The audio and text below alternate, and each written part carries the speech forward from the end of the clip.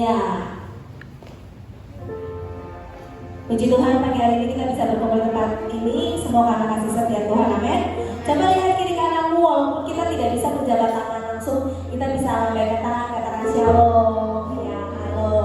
Kita berkumpul di tempat ini untuk sama-sama meninggikan nama Tuhan. Kita satukan hati kita bahwa pagi hari ini kita datang bukan kebetulan, tetapi kita datang ke tempat ini karena kita sama-sama rindu bertemu dengan Tuhan Yesus. Haleluya. Kita mau satu pujian yang mengatakan sungguh indah. Mungkin ada beberapa yang terdengar baru bagi setiap kita lagu ini, tapi ini lagu yang pujian yang sudah cukup lama. Kalian bisa, mari kita akan pujian sama-sama. Yang belum bisa kita belajar. Haleluya. Terima kasih Tuhan.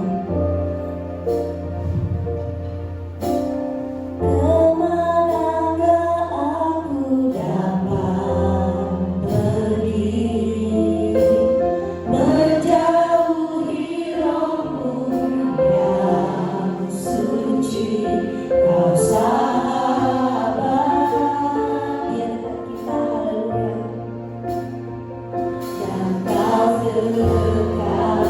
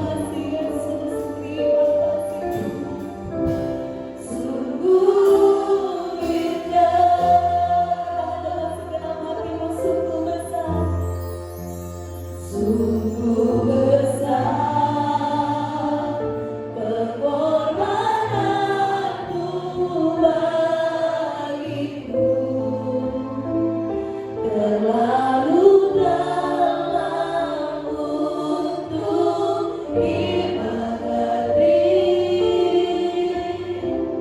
Sungguh besar,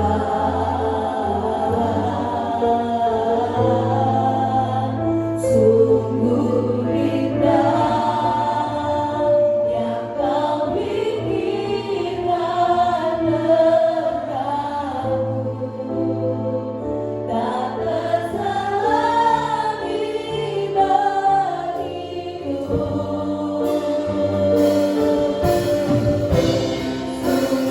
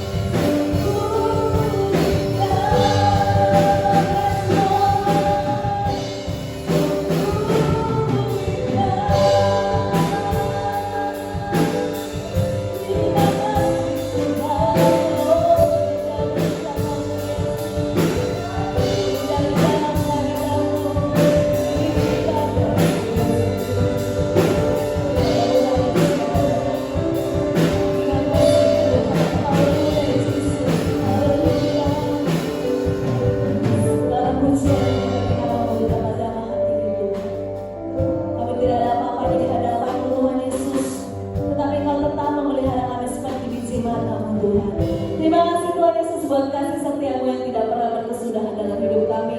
Kami bersyukur dan kami bangga memiliki Engkau dalam hidup kami Bapa. Terima kasih buat pengorbananmu yang luar biasa bagi kami. Kau menebus setiap kami Tuhan dari hamba dosa menjadi anak-anak pilihan-Mu Bapa. Kami percaya Tuhan itu bukan kebetulan, tetapi ada rencana-Mu dalam hidup kami Bapa, agar kami boleh menyampaikan kabar baik keselamatan yang daripada-Mu Tuhan Yesus. Kehidupan di dunia ini hanya sementara Tuhan, tetapi Kau akan memerdekakan setiap kami Tuhan memperoleh kehidupan yang kekal bersama-Mu Tuhan. Terima kasih Tuhan Yesus pada pagi hari yang indah ini Tuhan. Kami siap Tuhan memuji dan membesarkan nama-Mu. Kami siap Tuhan menjadi Maria-Maria Tuhan yang mendengarkan sabda firman-Mu, dan kami boleh melakukannya dalam hidup kami Bapa. Yang kami juga sudah mempersiapkan diri untuk memberikan yang terbaik bagi-Mu Tuhan, bagi pekerjaan-Mu di tempat ini. Terima kasih Tuhan Yesus. Kau tolong teman-teman kami di belakang mereka tempat ini Tuhan, tanpa kurang suatu apapun Bapa. Kuduskan setiap kami Tuhan yang ada di tempat ini. Biar Engkau yang membebaskan setiap kami, tidak ada lagi keterikatan Tuhan yang membelenggu kami Bapa. Terima kasih Tuhan Yesus. Kami siap bersorak-sorai bagi nama-Mu. Hanya di dalam nama Tuhan Yesus Kristus, orang-orang yang siap sama-sama kita katakan amin. Beri kemuliaan buat Tuhan kita Yesus Kristus. Silakan duduk Bapak Ibu, kita mau katakan Allah bangkit. Dia telah bangkit membebaskan setiap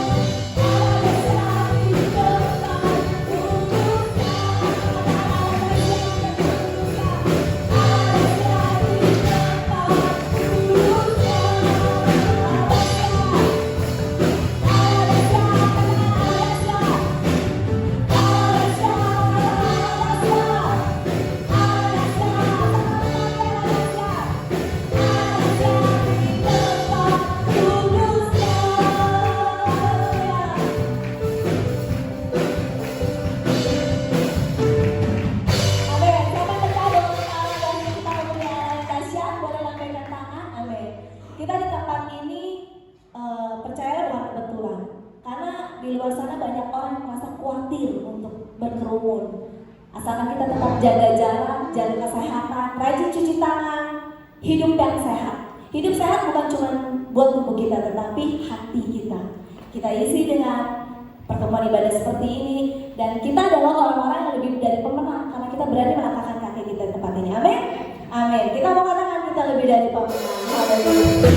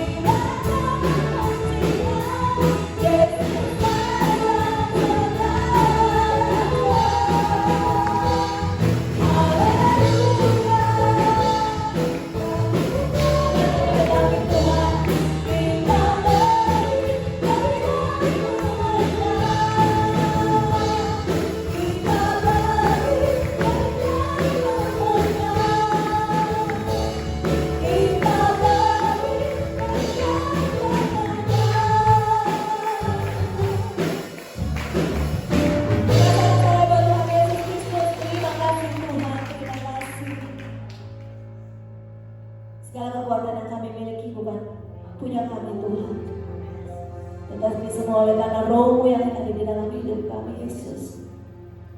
Ajar kami Tuhan untuk tetap setia karena Engkau tidak mencari apapun dalam hidup kami Bapa, tapi Engkau mencari kesetiaan dan iman percaya kami Tuhan, sampai akhirnya Engkau mencukup setiap kami Bapa. Bela pagi hari ini Tuhan, Kau yang membebaskan kami Tuhan. Kami mau mengatakan bahwa sungguh besar pengorbanan-Mu dalam hidup kami. Kami bersyukur kami memiliki Engkau Tuhan, panutan yang luar biasa dalam hidup kami. Kau mencontohkan kasih yang nyata Bapa. Kau mencontohkan kami Tuhan, hidup untuk memberi bagi orang lain. Kau mencontohkan kami Tuhan untuk melayani satu sama lain. Kami tidak mampu dengan kekuatan kami Yesus, tetapi semua oleh karena Roh-Mu yang ada dalam kami. Kau pribadi yang luar biasa Tuhan. Kau menjadi Bapa kami yang menciptakan alam semesta ini. Kau menjadi Yesus yang mati bagi kami. Dan Kau menjadi Roh Kudus yang menyertai kami sampai akhir zaman nanti Tuhan. Sungguh luar biasa Allah yang kami sembah. Tidak ada yang seperti-Mu Yesus. Kau menyatakan banyak mujizat saat Engkau ada di dunia ini Tuhan. Dan kami percaya mujizat-Mu nyata dulu, sekarang, dan selamanya Yesus. Apapun yang menjadi pergumulan kami tidak mau fokus pada permasalahan kami Tuhan. Tetapi kami mau fokus hanya kepada-Mu Yesus. Engkau yang tahu apa yang kami alami pribadi lepas pribadi pada pagi hari ini Tuhan. Pergumulan ekonomi, sakit penyakit, permasalahan rumah tangga, apapun itu Tuhan, Kau tahu segalanya Bapa. Dan Kau yang memberikan kekuatan bagi kami. Kau yang memampukan setiap kami Tuhan. Terima kasih. Kami tidak akan pernah bisa pergi jauh dari kasih-Mu Tuhan. Kau senantiasa menyertai kami sampai memutih rambut kami. Terima kasih Yesus. Sungguh luar biasa kami mengenal Engkau Tuhan. Dan kami mau terus belajar mengenal Engkau secara pribadi Tuhan. Bukan karena orang kami kenal Engkau, tapi kami mau dekat dengan-Mu Yesus. Kami mau tinggal di dalam-Mu Tuhan, dan Engkau di dalam kami.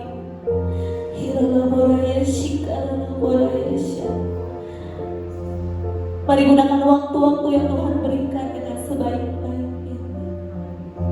Setiap ada kesempatan mari pakai untuk dekat dengan Dia. Terima kasih Tuhan. Haleluya Yesus. Sungguh indah di hadirat-Mu Tuhan. Mari naikkan ucapan syukur-Mu. Mari naikkan pujian-Mu buat Tuhan. Jesus, haleluya Tuhan. Haleluya Yesus. Kami bangga punya Engkau Tuhan. Kami bangga memiliki-Mu Yesus. Haleluya.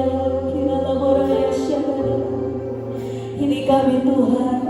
Ini kami Yesus. Kami datang bukan mencari berkat-Mu Tuhan.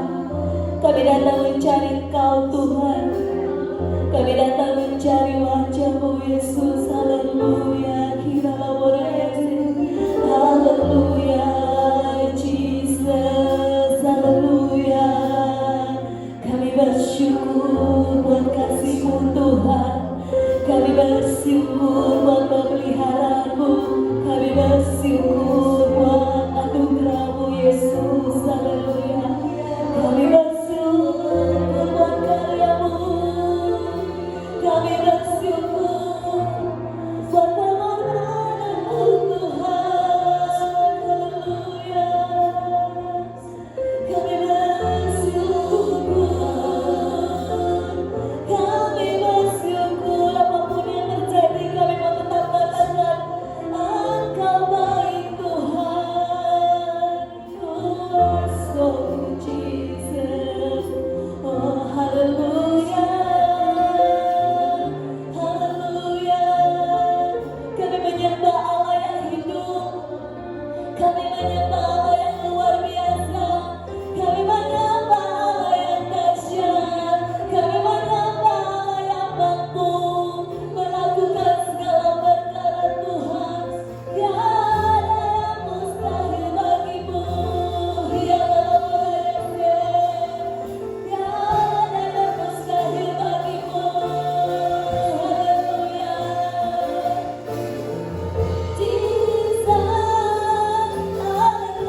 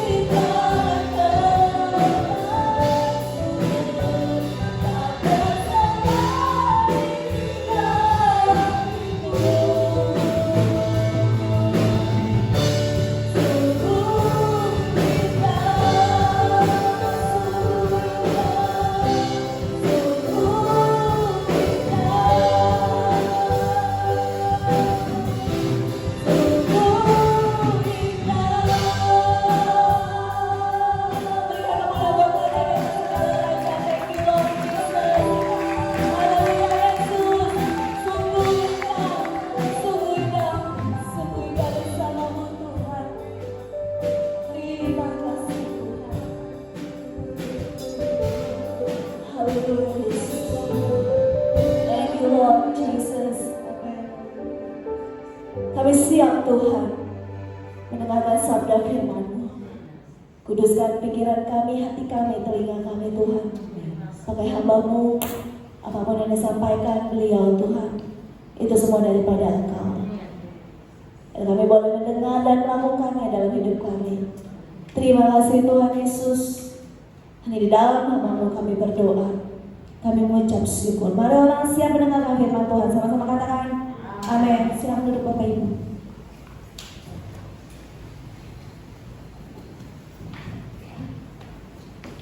Shalom saudara. Shalom. Membuat kita. Judulnya saudara, Tuhan kasih kekuatan. Saudara, saya habis sakit, gusi saya agak bengkak dari kemarin malam, tidak bisa tidur sampai tadi jam 5. Jadi tidur cuma kurang lebih 1,5 jam. Saya puji Tuhan, Tuhan kasih kesempatan kekuatan. Amin. Baik, saudara, firman Tuhan pagi hari saya mau sampaikan tentang mengambil keputusan. Saudara, dalam hidup setiap orang percaya, bukan orang percaya saja, tapi saya bicara setiap orang di dalam hidupnya pasti ada keputusan-keputusan yang dia harus ambil. Ya, apapun itulah pilihan. Dengan kata lain, mereka harus memilih dalam hidup mereka. Ya, pada saat mereka berada dalam persimpangan hidup mereka harus pilih. Pada saat mereka ditawarkan dua hal mungkin di dalam dunia pekerjaan, mungkin ditawarkan oleh dua perusahaan yang berbeda dan mereka harus memilih. Pada saat mereka ada dalam situasi yang sulit, mereka harus memilih mengambil A atau mengambil B. Itu sudah merupakan kebiasaan atau sudah merupakan hal yang biasa bagi setiap orang percaya maupun mereka yang orang percaya. Tapi saudara tahu biasanya ada faktor pengaruh atau ada pengaruh dari mana akhirnya saudara bisa mengambil keputusan. Faktor-faktor pengaruh ini yang kita akan coba bahas hari ini. Apa sih yang menyebabkan akhirnya faktornya saudara bisa mengambil keputusan? Kayak hari ini, saudara mendatangi pada hari ini adalah keputusan. Amin. Faktor keputusan. Saya tahu Tuhan ada pasti di dalam situ. Tuhan juga bekerja dalam segala hal, kita katakan. Tapi tetap pilihan ada di tangan saudara. Amin.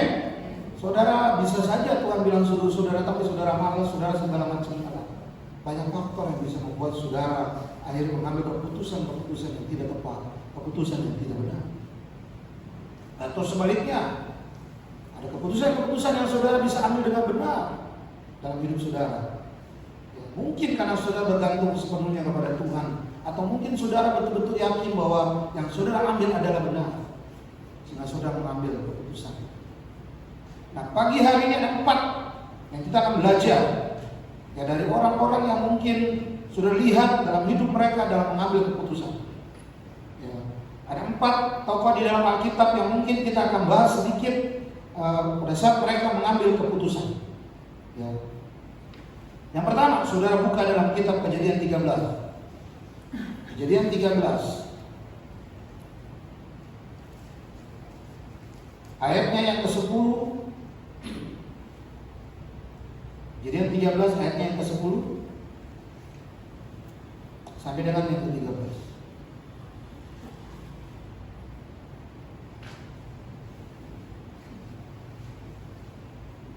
Cukup panjang, tapi saya mau minta WA bisa baca.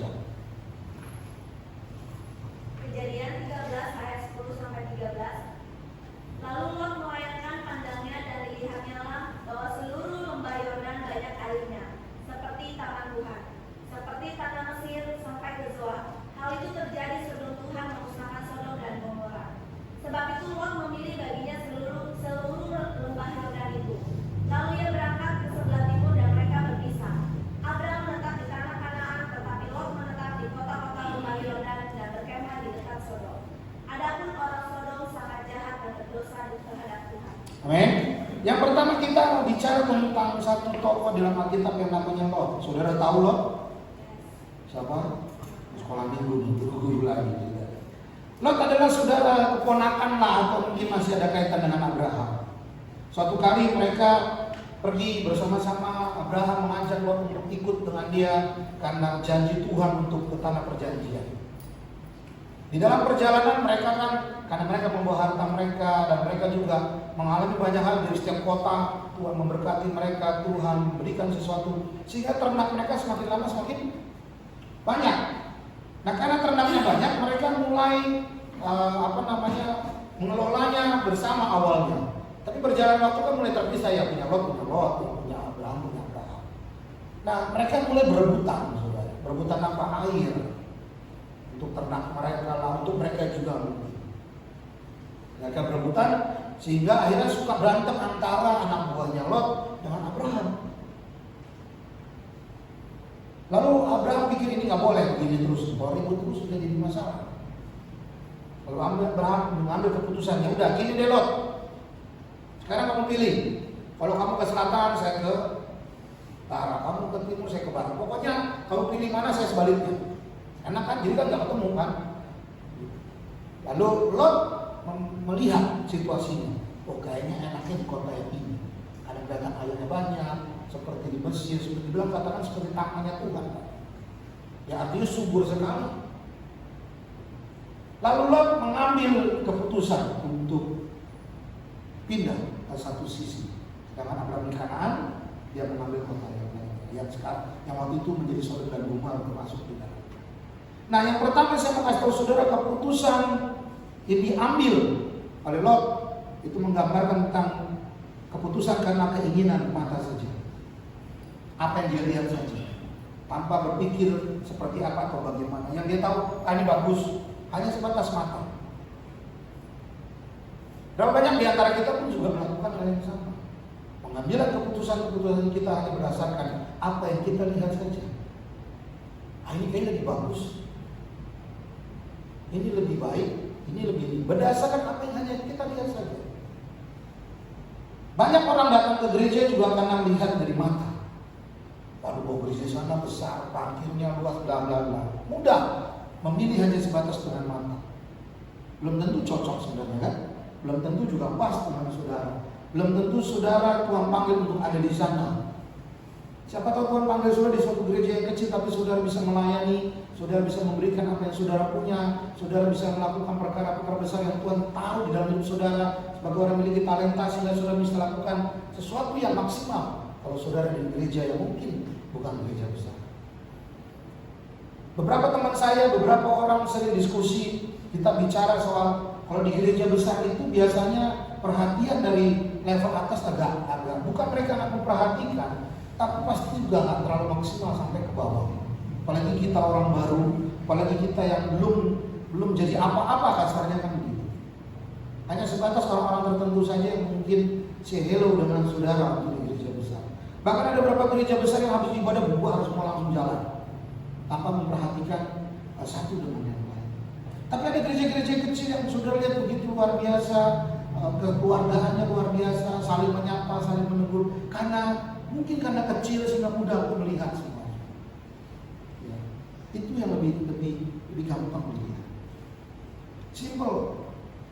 Tapi kadang-kadang kita mengambil keputusan yang salah hanya sebatas pandangan mata. Saya nggak panjangkan di sini karena saudara pasti paham menurut saya. Berapa kali saudara salah dalam memilih sesuatu hanya karena saudara melihat dari sudut pandang mata saudara saja. Saudara lihat orang lain jogging, ini orang mukanya semangat ya. Saudara lihat dia karena mukanya seremewokan lah, kumisan lah mungkin ya. Terus mungkin matanya sangar, merah, ini kayaknya orang mabuk nih. Padahal mungkin dia orangnya nggak seperti itu. Hanya karena kita melihat dari sudut pandang.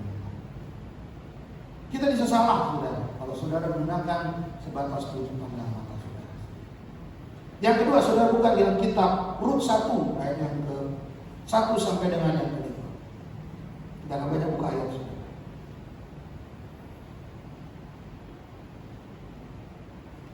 Sudah buka kitab Rut. Yang sudah ketemu katakan amin. Yang sudah lihat.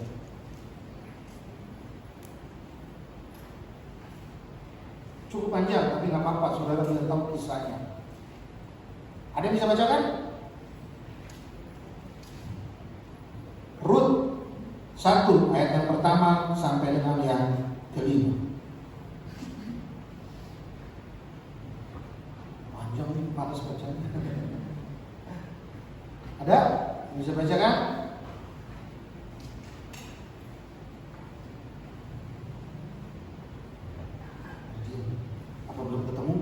ceritanya udah ketemu, amin.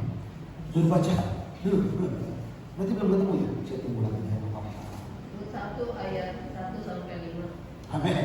Pada zaman para hakim pemerintah ada kelaparan di tanah Israel. Lalu pergilah seorang dari Bethlehem Yehuda beserta istrinya dan kedua anaknya laki-laki ke daerah Moab untuk menetap di sana sebagai orang asing. Nama orang itu ialah Elimelek, nama istrinya Naomi, dan nama kedua anaknya Mahlon dan Kilion. Semuanya orang-orang Efrat dan dari Bethlehem Yehuda. Dan setelah sampai ke daerah Moab, diamlah mereka di sana. Kemudian matilah Elimelek suami Naomi, sehingga perempuan itu tertinggal dengan kedua anaknya. Keduanya mengambil perempuan Moab, yang pertama bernama Orpa, yang kedua bernama Rut, dan mereka diam di situ kira-kira 10 tahun lamanya. Lalu matilah juga keduanya, yakni Mahlon dan Kilion, sehingga perempuan itu kehilangan kedua anaknya dan suaminya. Amin. Saudara tahu yang kedua? Yang kedua saya katakan saudara mengambil keputusan karena situasi kondisi yang sulit. Saudara perhatikan, Elimelek ini adalah di kota, dia tinggal di mana saudara? Kalau kita bilang awalnya di Bethlehem. Bethlehem itu boleh dibilang dalam bahasa artinya juga sebagai rumah roti sebenarnya. Tapi memang waktu itu dalam kondisi sulit memang. Tapi karena kesulitan itu dia mengambil keputusan dengan cepat lalu pindah ke kota yang kalau saudara baca di sini di kota Moab. Moab itu artinya adalah pertolongan dunia. Jadi dia mengambil keputusan pindah. Dia berharap justru dia tidak kelaparan, dia berharap bisa dapatkan sesuatu, tapi justru kebalikannya. Bukan dia dapatkan justru kematian dirinya beserta dua orang anaknya. Kadang-kadang oleh situasi dan kondisi yang diambil itu bisa saudara salah. Dan mungkin saudara tergesa-gesa dalam mengambil keputusan. Saudara buru-buru melihat, udah nggak bisa nih, saya ambil keputusan. Lalu saudara mengambil keputusan sama seperti yang diceritakan di sini, sampai akhirnya mereka harus meninggal. Karena keputusannya diambil salah. Padahal saudara tahu kisahnya, waktu mereka sudah di Moab, mereka tinggal sebagai orang asing di sana. Di Bethlehem beberapa saat kemudian dalam kisah dibaca dalam literatur gereja, Bethlehem tidak mengalami pahit atau mengalami kesulitan yang lebih parah dibandingkan Moab. Enggak. Sehingga waktu dia berkeputusan itu menjadi sesuatu yang salah. Saudara jangan mengambil suatu keputusan dalam hidup saudara karena situasi yang sulit lalu saudara mengambil cepat-cepat keputusan. Amin. Saudara bisa buka dalam kisah dalam kisah para rasul 27 ayat 21 sampai 22. Kalau saudara tahu kisah tentang Paulus di sana, saudara bisa buka juga.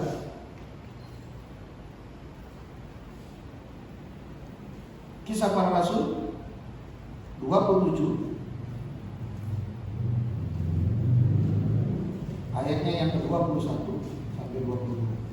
Saya baca saudara perhatikan dengan baik.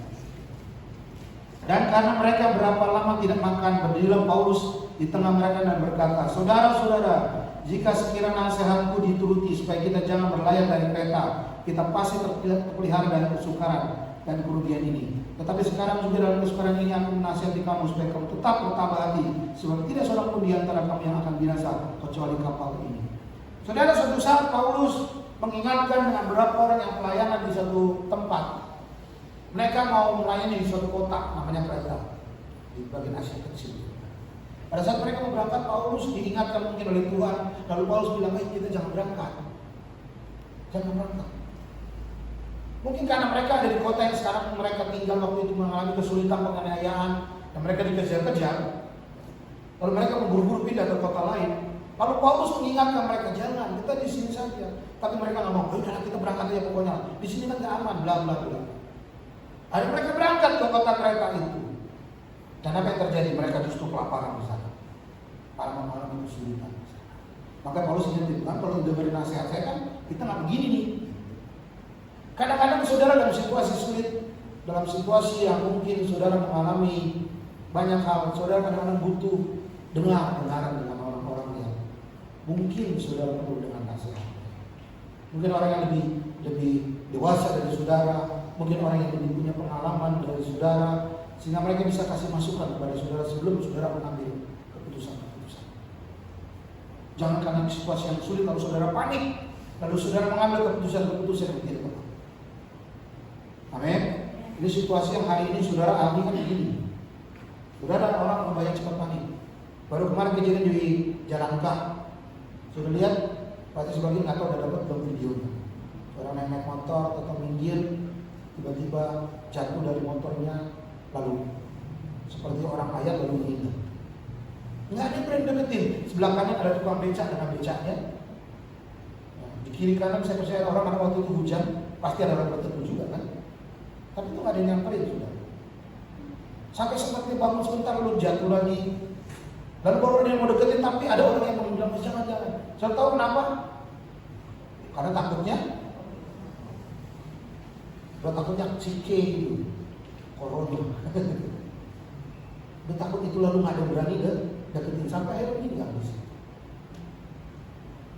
Coba kalau ada yang berani, ada yang berpikir ini bukan ini serangan jantung atau apa, mungkin dengan cepat-cepat bisa dibawa puskesmas kan dekat. Dalam kala puskesmas kan dekat. Tapi nggak ada yang tolong sampai hari ini. Kepanikan kita membuat kita tidak punya insting, tidak punya rasa yang peduli dan segala macam. Kita kehilangan semuanya.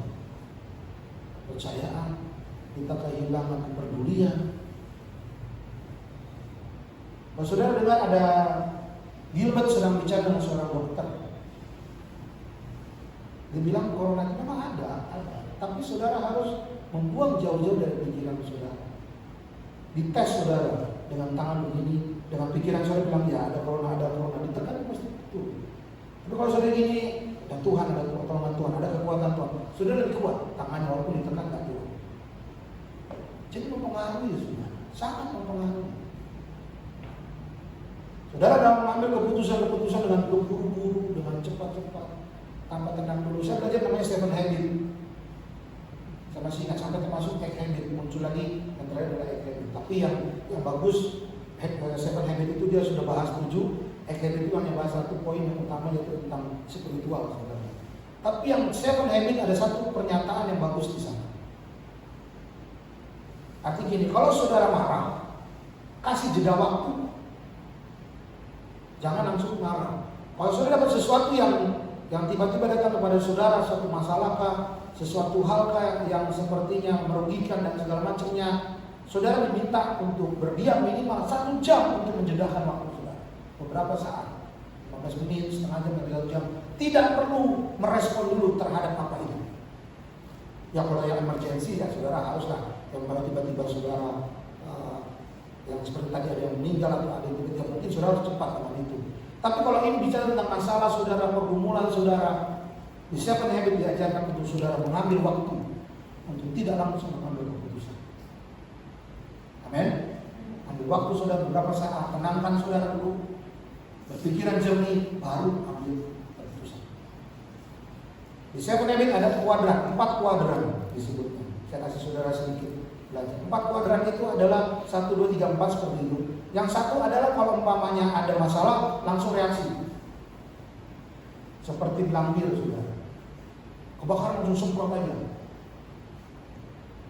Saya belajar P3K termasuk belajar di situ pemadaman api sebenarnya. Baru saya paham waktu saya belajar di sana bahwa tidak semua kebakaran itu bisa saudara semprotkan. Saudara mungkin punya yang apa namanya? Yang buat pakai kayak warna asap tebal itu. Apa ya? Tidak semua kebakaran saudara bisa semprot dengan apar yang saudara punya. Rupanya apar itu ada berbeda-beda, ada macam-macam. Ada yang buat listrik, ada yang buat api saja, ada yang buat dia dari minyak yang terbakar. Kalau saudara sempat pakai apar biasa dia akan mati. Maka ada perlu yang lebih khusus aparnya. Kalau yang kebakaran listrik dia nyala itu saudara sempat pakai apar, gak bakaran mati. Kalau saudara pakai yang biasa, yang perlu yang khusus, yang nggak salah adalah warna hijaunya. Jadi nggak merah full, warna hijau dan ada merahnya. Itu buat semprot yang kalau kebakaran listrik. Jadi kalau listriknya besar, di tempat gardu yang besar, terjadi kebakaran, maka perlu apar yang khusus untuk listrik. Nggak semua apar bisa dipakai. Bahkan kadang-kadang bisa kebalikannya, karena saudara semprot bisa lebih berbahaya kadang-kadang. Jadi saudara harus tidak mengambil keputusan dengan cepat. Kalau dalam situasi saudara tahu saudara panik, saudara berwaktu, saudara bersaat, baru mengambil keputusan. Amin. Jangan cepat-cepat dalam mengambil keputusan. Yang ketiga, Kejadian 25 ayat 29 sampai 34.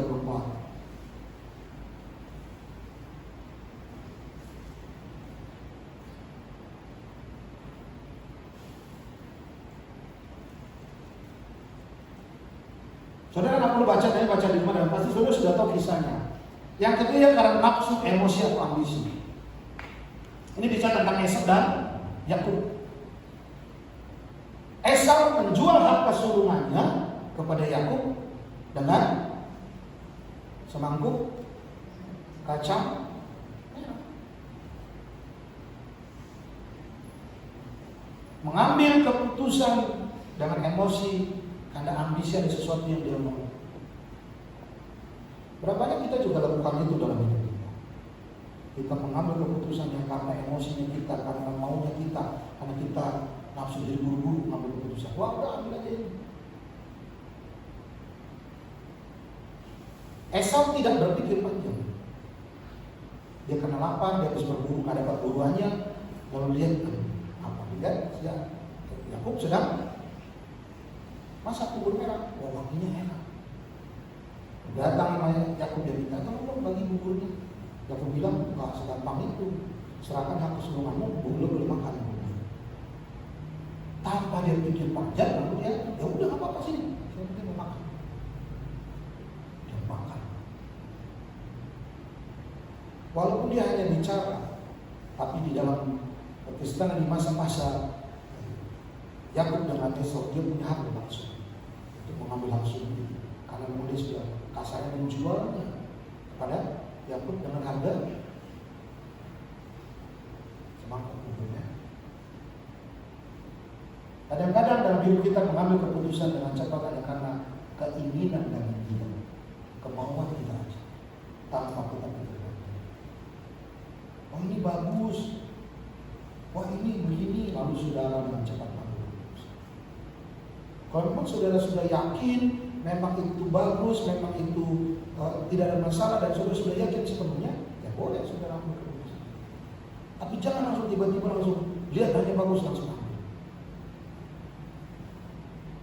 Berapa kali saudara, kadang-kadang saudara suka beli, mungkin sekarang ini beli online, benar? Ya kan? Kelihatannya bagus loh di online gambarnya. Gambarnya bagus. Oh bagus nih, bentuknya bagus. Lihat harganya diskon 50%, dari 500 jadi cuma 200. Murah ini, beli. Yang datang beda. Ya. Lihat di gambarnya besar, sampai di kita lah kecil-kecil. Buru-buru nafsu tanpa saudara baca. Biasanya mereka juga pinter, nggak mau dianggap berbohong. Datanya dia tahu, tapi di bawah-bawahnya yang saudara kadang-kadang nggak mau baca itu. Saudara lihat gambarnya saja, tanpa saudara detail lihat isinya. Isinya apa, bisa dipakai buat apa. Jujur saya pernah beli saudara satu, sekarang udah agak nganggur juga di rumah. Speaker saudara, speaker pakai Bluetooth.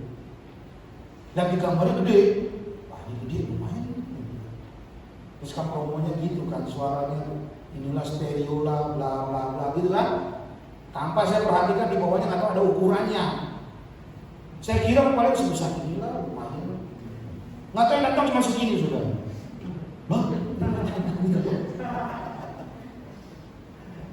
Saya lihat murah, kenapa? Karena harganya cuma 199.000 dari harga 400-an. Murah. Saya perhatikan di bawahnya ukuran speakernya, ukuran tingginya, lebar. Akhirnya pas saya datang kaget, lah kok kotaknya kecil. Wah, sempat saya tanya orangnya, Pak, ini kecil ya ukurannya? Iya Pak, kan ada ukurannya di bawah. Jadi saya baca berarti di bawah. Karena waktu saya pikir Pak enak ditaruh, nanti kalau mau denger lagu atau apa kan dari situ langsung Bluetooth kan enak ya, dengeran satu rumah, enak. Pas datang buset. Udah itu ada lampu nyala hidup lagi itu, merah biru kuning kayak gimana? Ini kayak mainan anak-anak di situ. Sangat begitu. Sama sepatu juga. Sempat sudah saya sepatu. Udah kena sekali masih coba lagi sebenarnya. Beli sepatu. Minta ukuran 41. Yang datang kan ukuran 41 tapi nggak muat kaki saya. Kan bingung ya. Kan gitu ya sudah. Tulisannya 41 betul. Tapi saya ini bukan 40, bukan 41. Mungkin udah habis kali ya. Ditempel stikernya 41 gitu. Kadang-kadang begitu ya. Kadang-kadang 41-nya ukuran mana? Karena disebutin juga tuh 41 ukuran mana. Kadang-kadang kita bisa salah. Karena nafsu, karena ingin dia, oh bagus, bentuknya indah, udahlah. Padahal kita tahu resikonya ada di sini. Amin. Yang berikutnya.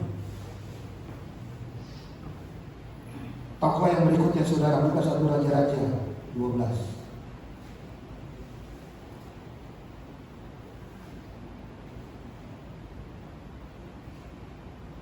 1 Raja-Raja 12 ayatnya yang ke-6 sampai dengan yang ke-11. Nanti baca di rumah juga. Rehabeam, saudara tahu. Rehabeam ini salah satu raja di Israel. Dia di dalam kisahnya di sini ada penasehat tua-tua dia sebenarnya. Di dalam kerajaan biasa ada penasehat-penasehat yang usianya sudah tua dari raja yang sebelumnya atau dari bapaknya atau raja-raja yang sebelumnya. Mereka adalah tua-tua yang memberikan saran pandangan kepada raja-raja waktu itu. Tapi kalau saudara perhatikan di sini, Rehabeam tidak mau dengar. Tidak mau dengar dari nasihat tua-tuanya. Dia mendengar nasihat dari orang-orang muda yang seusia dengan dia. Yang keempat ini saya bicara tentang menerima masukan yang negatif. Kadang-kadang kita mengambil keputusan yang salah karena kita mengambil nasihat dari orang-orang yang tidak tepat, mengambil nasihat dari orang-orang yang tidak berkompeten, tidak punya kemampuan di situ, tapi hanya bisa kasih saran. Saudara tahu, setiap keputusan yang kita ambil oleh karena nasihat orang lain tidak akan pernah merugikan orang yang memberikan nasihat kepada saudara. Benar? Benar enggak? Setiap keputusan yang kita ambil oleh karena nasihat orang lain tidak akan pernah merugikan orang lain atau merugikan orang yang memberikan nasihat kepada saudara. Dia mah ada ruginya. Tapi yang rugi saudara.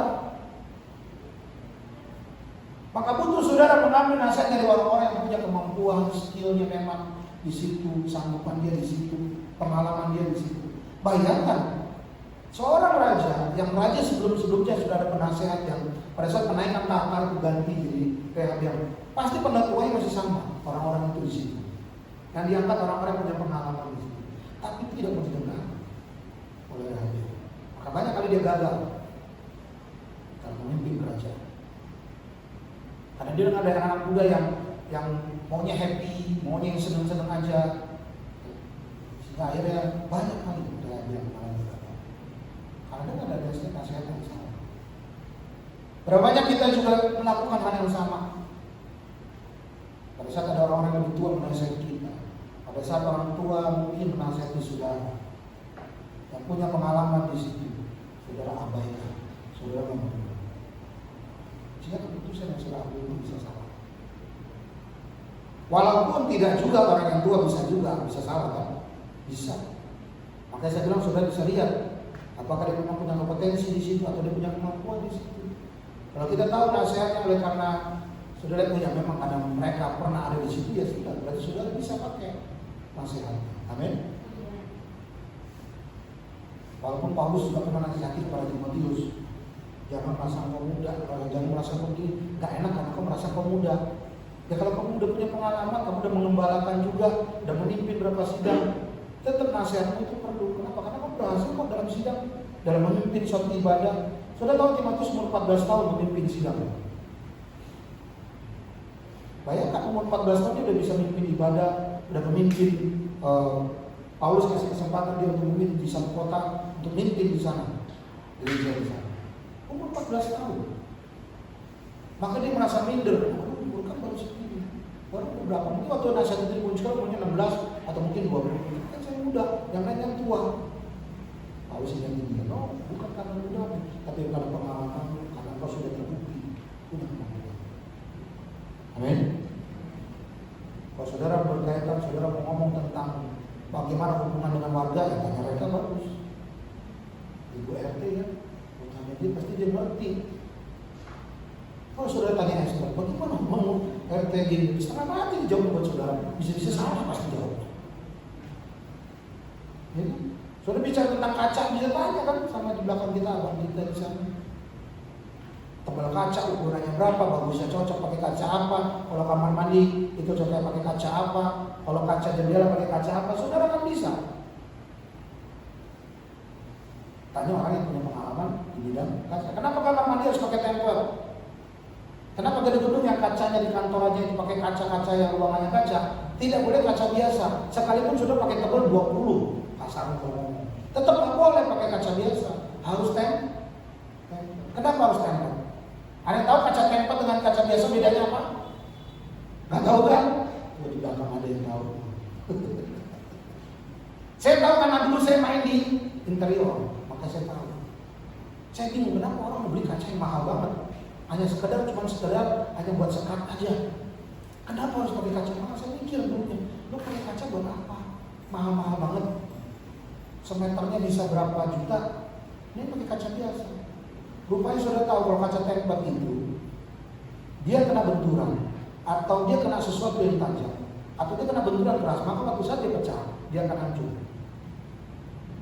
Seperti serpihan, langsung hancur. Tapi kalau kaca biasa punya resiko saudara bisa sobek.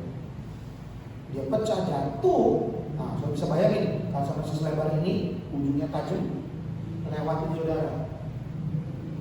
Belah dua saudara. Itu risiko.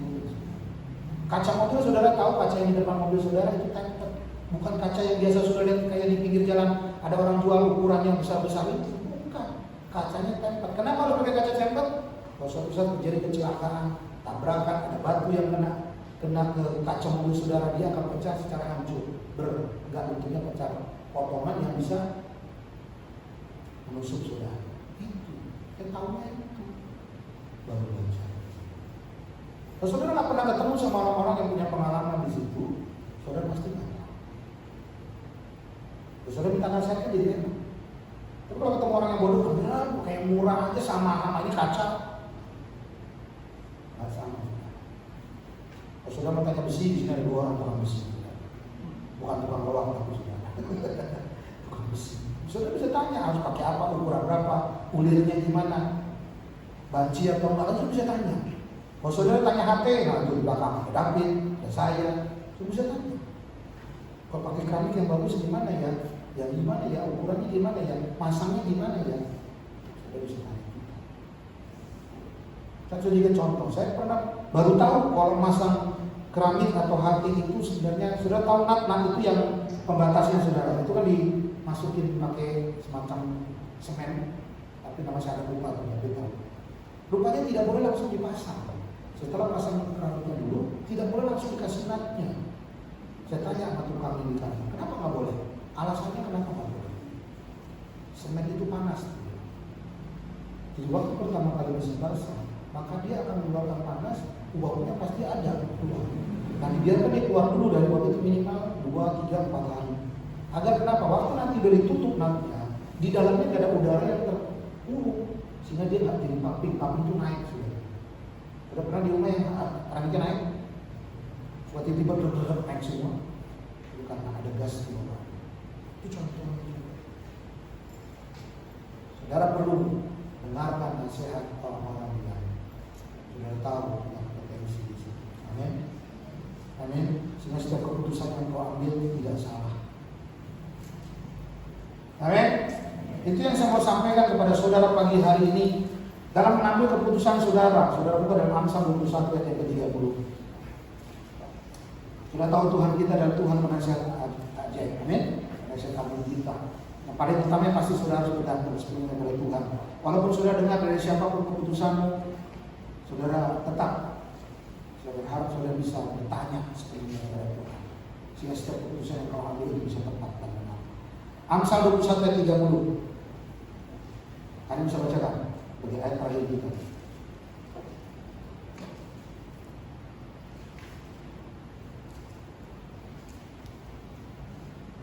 Amsal 21 ayat 30, tidak ada hikmat dan pengertian, Dan tidak ada pertimbangan yang dapat menandingi Tuhan. tidak ada. Jadi saya cuma mau kasih tahu saudara saya. Saudara bisa dengar dari siapa saja nasihat. Saudara bisa melihat apa saja dalam hidup saudara. Tapi dalam setiap keputusan yang saudara ambil, sertakan Tuhan di dalamnya. Amin. Pada saat saudara mendatang ibadah hari ini pun, saya berharap saudara, karena saudara betul-betul sudah tanya kepada Tuhan. Saudara percaya bahwa tempat ini ada perlindungan Tuhan. Amin. Tempat ini Tuhan berkarya, di tempat ini Tuhan berperkara. Saya selalu berdoa belakangan ini, sekarang di rumah saya suka sedih, saya bilang Tuhan, izinkan gereja Tuhan menjadi terang, izinkan gereja Tuhan menjadi saksi. Khususnya kita bicara gereja Tuhan, tidak ada kena corona di dalam Tuhan. Amin. Sampai waktunya, saudara, ada berita baik dan saya berharap ini akan terjadi. Vaksin akan mulai dibuat di Indonesia Januari 2021. Sudah dicoba ke 1.600 orang di Bali dan hasilnya bagus. Dan sedang akan diperbanyak dan akan mulai divaksin kepada setiap orang di Indonesia di Januari 2021. Kita berharap, kita doakan ini menjadi solusi yang Tuhan berikan buat bangsa kita. Amin. Indonesia yang paling cepat mengambil keputusan ini. Indonesia yang dengan cepat memproduksinya. Padahal kemarin saya cerita baru di Dubai kan, mereka mengujinya tahap ketiga. Rupanya Indonesia, ya mungkin karena Erick Thohir yang luar biasa juga Tuhan berikan buat bangsa ini, dia berani ambil dari sana lalu diuji sendiri di sini, tanpa harus menunggu keputusan ini. Udah. Dia langsung uji di sini, langsung tes dengan 1.600 orang dan hasilnya masih bagus sampai hari ini. Dan dia mulai akan melakukan perbanyak pada Januari. Doakan itu sudah. Amin. Sehingga kita bisa berharap jemaat yang lain bisa hadir dalam ibadah. Kita berharap mereka yang tua bisa hadir dalam ibadah. Amin. Anak-anak mereka bisa beribadah juga. Saudara harus antusias, saudara harus semangat bahwa Tuhan berikan jawaban buat bangsa ini dan Tuhan izinkan bangsa ini. Saya berharap sampai kita nanti dapatkan itu, vaksin itu, tidak ada satu orang pun dari gereja ini yang terkena. Amin. Sehingga kita melihat bagaimana Tuhan berkarya atas gereja. Amin. Tundukkan kepala saudara, kita mau berdoa. Bapak, terima kasih Tuhan untuk pagi hari ini. Kami bersyukur, kami bangga memiliki Tuhan yang seperti Engkau yang masih melindungi kami sampai hari ini, masih menjaga hidup kami sampai hari ini. Tuhan, pagi hari ini kami bicara tentang mengambil keputusan dalam hidup kami. Kami tahu banyak pengaruh dari luar yang mungkin mempengaruhi setiap keputusan yang kami ambil, Tuhan. Apa yang kami lihat, apa yang kami dengar, apa yang kami rasa, Tuhan, sehingga dalam mengambil keputusan itu bisa salah, Bapak. Tapi satu hal dalam Amsal Tuhan ajarkan kepada kami, dalam setiap pengambilan keputusan kami mau sertakan Tuhan. Amin. Di dalamnya. Sehingga setiap keputusan yang kami ambil adalah keputusan yang benar. Keputusan yang kami ambil adalah keputusan yang tepat, Tuhan. Sehingga tidak merugikan siapapun dan tidak merugikan hidup kami, tapi justru menjadi kesaksian hidup bagi banyak orang. Tuhan, dalam setiap keseharian kami mulai dari hari ini, Tuhan, sampai ke depan, Bapak, setiap keputusan-keputusan yang akan kami ambil, kami akan sertakan Tuhan di dalamnya. Dan kami akan lihat bagaimana Tuhan berperkara dalam setiap keputusan yang kami ambil. Berkati jemaat-Mu Tuhan, taruh di hati mereka kebenaran firman Tuhan hari ini. Contoh-contoh dari beberapa tokoh di dalam Alkitab, dalam mereka mengambil keputusan-keputusan mereka, mereka mengambil dengan salah dalam keputusan mereka, Tuhan. Itu menjadi pembelajaran buat kami, untuk kami tidak melakukan hal yang sama, Tuhan. Diajarkan kepada kami untuk bergantung sepenuhnya kepada Tuhan, sehingga pada saat kami mengambil keputusan yang terbaik, itu kami serahkan Tuhan kepada firman Tuhan, hamba memateraikan ini setiap hati kami, sehingga tidak sejahat bisa mengambilnya, Bapak. Diserahkan setiap kebenaran firman Tuhan pagi hari ini ke dalam tangan-Mu. Hanya di dalam nama Yesus kita berdoa dan ucap syukur. Haleluya. Amin. Amin. Amin. Saya silakan kembali. Terima kasih Pak Agus. Diberkati? Ya, coba lihat kiri kanannya yang diberkati Tuhan ya. Haleluya. Puji Tuhan, Tuhan mengingatkan setiap kita kembali untuk selalu mengandalkan Tuhan di dalam segala keputusan kita. Amin. Saat ini kita akan memberikan persembahan yang bertugas. Nanti Ibu Leti bisa mengingatkan.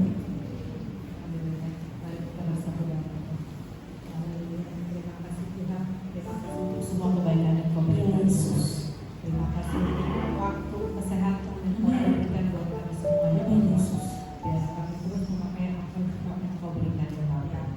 Tuhan, biar firman juga terus tumbuh di dalam hati kami Tuhan, dan kami terus hidup di dalam kebenaran firman Tuhan. Terima kasih Tuhan, terima kasih. Pada saat kami memberikan yang terbaik untuk pekerjaan tempat ini Tuhan, karena Kau sudah memberikan yang terbaik buat kami semua ya Tuhan. Berkati apa yang kami berikan kepada kami. Terima kasih Tuhan. Terima kasih. Dalam nama Yesus. Amin. Amin. Besok kita akan memperingati HUT RI, berarti hari ini kita sudah dibebaskan oleh Tuhan. Amin.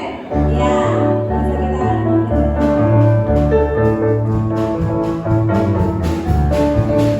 Saya sudah bebas.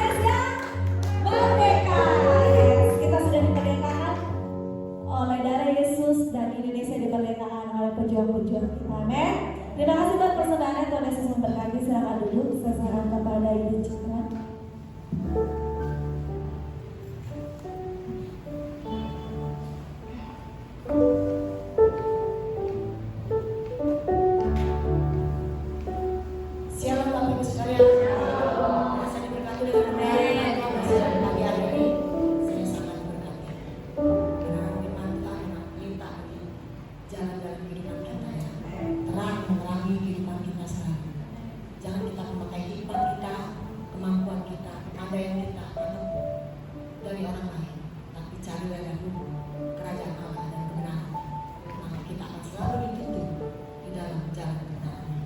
Pada saat kita memakai kekuatan kita, seringkali kita mengalami kesalahan, karena sebagai manusia kita tidak sempurna. Banyak kesalahan, pelanggaran kita berbuat karena keegoan kita sendiri. Puji nama Tuhan. Terima kasih Pak Agus. Firman Tuhan pagi hari ini kembali mengingatkan kita semua. Mintalah hikmat kepada Tuhan pada saat kita mengalami masalah. Jangan memakai kekuatan kita sendiri, dan akhirnya akan kecewa. Ya, jadi kita harus selalu berharap, berseru melalui nama Tuhan yang adalah penolong kita satu-satunya. Jika nama Tuhan, kita ibadah saat ini masih dibatasi, ya, untuk minggu-minggu selanjutnya juga mungkin memang masih dibatasi, hanya separuh dari kehadiran yang ada di tempat ini. Tapi kita boleh percaya Tuhan akan memberikan yang terbaik untuk kita semua, terlebih untuk bangsa dan negara kita Indonesia. Kita doakan bersama-sama untuk kebaikan bangsa dan negara kita, terlebih dengan setiap masalah yang terjadi saat ini. Firman Tuhan memang mengatakan menjelang akhir zaman akan banyak, ya, hal yang di luar kemampuan kita, karena hari-hari ini firman Tuhan katakan adalah hari-hari yang jahat. Jadi mengajar kepada kita semua bahwa seluruh kehidupan kita hanya kepada Dia. Carilah Tuhan selalu, selama Dia masih mau dicari oleh kita, ya. Selama Dia masih berkenan kepada kita, carilah Dia selalu. Puji nama Tuhan. Kita sebentar lagi besok adalah hari kemerdekaan bangsa Indonesia. Kemerdekaan kita sebagai bangsa Indonesia yang ke-75 tahun. Sudah agak cukup tua, ya, firman Tuhan bilang sudah 70 tahun, angka yang bagus, sempurna kalau dihitungan, ya. Tapi kita boleh percaya kemerdekaan itu biarlah kita boleh pergunakan dengan benar dan baik untuk kebaikan bangsa dan negara kita semua. Untuk ibadah minggu depan berjalan seperti biasa 2 kali, jam 7 dan jam 10. Ya, diharapkan Bapak Ibu sekalian ingatkan kembali saudara-saudara kita yang bisa ibadah, diharapkan kehadirannya, dan bagi yang usia lanjut biarlah beribadah di rumah saja, ya. Walaupun mungkin banyak yang tidak bisa, salah satunya saya sendiri tidak mengerti, ya, untuk menggunakan HP, tapi doa itu adalah nafas kehidupan kita sebagai umat Tuhan. Baca firman adalah makanan kita untuk bertumbuh secara kerohanian kita semakin dewasa di dalam Dia. Jangan Tuhan, kita akan akhiri ibadah kita pada hari ini. Saya dapat berdiri, kita akan berdoa. Kita berdoa syafaat bersama-sama untuk bangsa negara kita, menyambut hari kemerdekaan pada hari esok. Biarlah Tuhan yang akan memimpin dalam segala kehidupan bangsa negara kita. Dan kita juga berdoa Bapak Kepala Sidang kita saat ini keadaan kondisi yang kurang sehat, dan kita percaya Tuhan yang Maha Esa, Amin. Tuhan yang akan menolong, menjamah dan menyembuhkan. Kita akan kita pada pagi hari. Terima kasih ya Bapa di surga. Kami mengucap syukur kepada buat kasih setia yang begitu besar, pengorbananmu ya Tuhan, yang tidak akan pernah kami balas, dan tidak akan pernah kami mampu lakukan Tuhan selain kami menyembah dan memuji Engkau. Bapa dalam surga, kami berdoa untuk bangsa dan negara kami Tuhan, Indonesia tercinta ya Allah. Kau tolong Tuhan, besok adalah hari kemerdekaan bangsa dan negara kami yang ke-75 tahun. Terima kasih Tuhan, Kau telah memelihara bangsa dan negara kami selama 75 tahun ini Tuhan, dengan kemerdekaan yang Kau berikan. Terima kasih Tuhan, terima kasih. Bangsa dan negara kami Indonesia ada yang hari ini. Itu semua karena anugerah Tuhan, semua karena kemurahan dan kebaikan. Kami mengucap syukur kepada-Mu. Terima kasih Tuhan, terima kasih.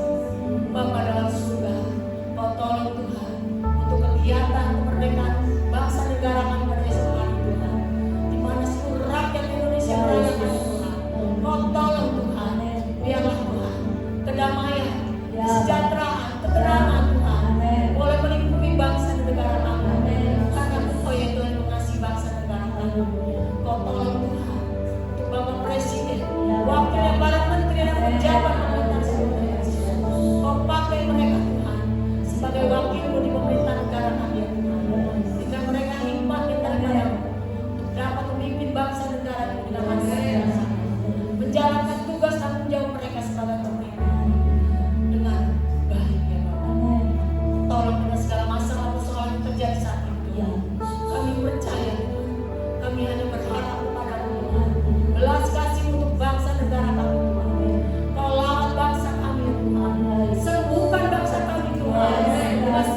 masalah yang terjadi saat ini. Kau tolong juga ya Tuhan. Dampak dari corona yang semakin terjadi di semasa negara kami. Pulihkan Tuhan perekonomian bangsa negara kami. Pulihkan dari setiap masalah-masalah yang ada Tuhan. Agar kembali berjalan seperti semula. Karena Engkau yang memberkati, menolong dan menyertai bangsa kami. Segala puji syukur menyenangkan kehadirat Tuhan. Kami menyerahkan kehidupan bangsa negara kami ke dalam tangan. Kau yang akan selalu membimbing bangsa negara kami hidup di jalan dan kebenaran. Karena kami percaya Tuhan akan terjadi kebangkitan yang besar atas bangsa kami. Karena ada pemulihan yang besar Tuhan terjadi atas Indonesia. Karena Engkau yang bekerja atas bangsa kami. Terima kasih Tuhan, terima kasih. Kami menyerahkan semua ke dalam tangan Bapa dalam surga. Kami juga berdoa untuk Bapa Kepala Sidang kami. Kau yang tahu keadaan kondisi seluruhnya saat ini. Tapi kami percaya Engkau Allah Hakim yang segala dokter yang segala dokter yang bekerja menurunkan tangan dengan kekuatan menjamah menyembuhkan. Kami tahu dan kami percaya Bapak Kepala Sidang akan jelas sembuh. Kami menjamah menyembuhkan. Semua akan menjadi milik Bapak Kepala Sidang. Dan dia pulang kembali tidak melakukan pelayanan hanya untuk kemuliaan nama. Kau berkati dalam kehidupannya Tuhan. Berikan semangat yang baru, kekuatan yang baru, hikmat marifat yang daripada Tuhan. Menyertai kehidupannya. Berkati rumah tangganya, berkati istri anak mata. Kau tolong Tuhan. Kau pakai Bapak Kepala Sidang kami menjadi berkat dimanapun dia berada, menjadi berkat hanya untuk kemuliaan nama. Kau jaga melindungi dia ya Bapa. Jauhkan dari segala apa muncul. Karena kuasa menjaga menangnya. Kami menyerahkan semua ke dalam tangan. Terima kasih Tuhan. Terpujilah nama Tuhan Yesus. Terpujilah nama Tuhan Yesus. Bapa dalam surga, berkati juga sidang jemaat yang telah hadir pagi hari ini. Berikan kepada kami seluruh manfaat hati yang taat setia kepadamu. Hikmat yang daripadamu Tuhan, yang akan memimpin kehidupan kami dalam setiap masalah persoalan kami. Biarlah kami selalu mengandalkan Engkau, mencari jawaban daripadamu ya Bapa. Terima kasih Tuhan. Berkati sidang jemaat Tuhan dalam kehidupan mereka, rumah tangga mereka, usaha-usaha mereka Kau berkati. Karena kami percaya Tuhan, di dalam Kau Tuhan, kami semua diberkati. Kau lawan juga anak-anak yang tidak hadir saat ini Tuhan, karena keterbatasan Tuhan di dalam ibadah tempat ini. Kau lawan mereka satu persatu dan Kau tolong yang sakit Tuhan Kau sembuhkan, yang lemah Kau kuatkan, yang berbeban Kau lepaskan. Karena Kau pengharapan kami. Terima kasih Tuhan, terima kasih. Kau tolong Tuhan sebentar kami akan pulang. Kau hantar kami kembali ke rumah kami masing-masing. Tanpa kurang suatu apapun, karena Kau yang menyertai kami. Terima kasih Tuhan, terima kasih. Kita siapkan hati dan berdoa. Haleluya. Angkat tangan saudara di hadapan Tuhan. Saudara percaya pada saat engkau datang ke tempat ini berkat-berkat kita tersedia buat kamu. Pada saat menaikkan pujian dengan kesungguhan hati, memberikan pujian juga telah turun atasmu. Pada saat memberi dengan kesungguhan hati, bahkan berkat memberi itu juga turun atasmu. Setiap pemberian firman Tuhan yang kau dengar dengan kesungguhan hatimu, maka berkat-berkat firman itu juga turun atasmu. Maka sekarang pulanglah engkau dengan membawa damai sejahtera daripada Allah Bapa, kecintaan dari Tuhan kita Yesus Kristus, persekutuan Roh Kudus yang menyertai kita mulai dari hari ini sampai Maranatha yang sudah datang kedua kali menjemput kita masuk dalam pesta anak domba. Orang-orang percaya sama-sama katakan amin. Bisa kita ketemu. Ini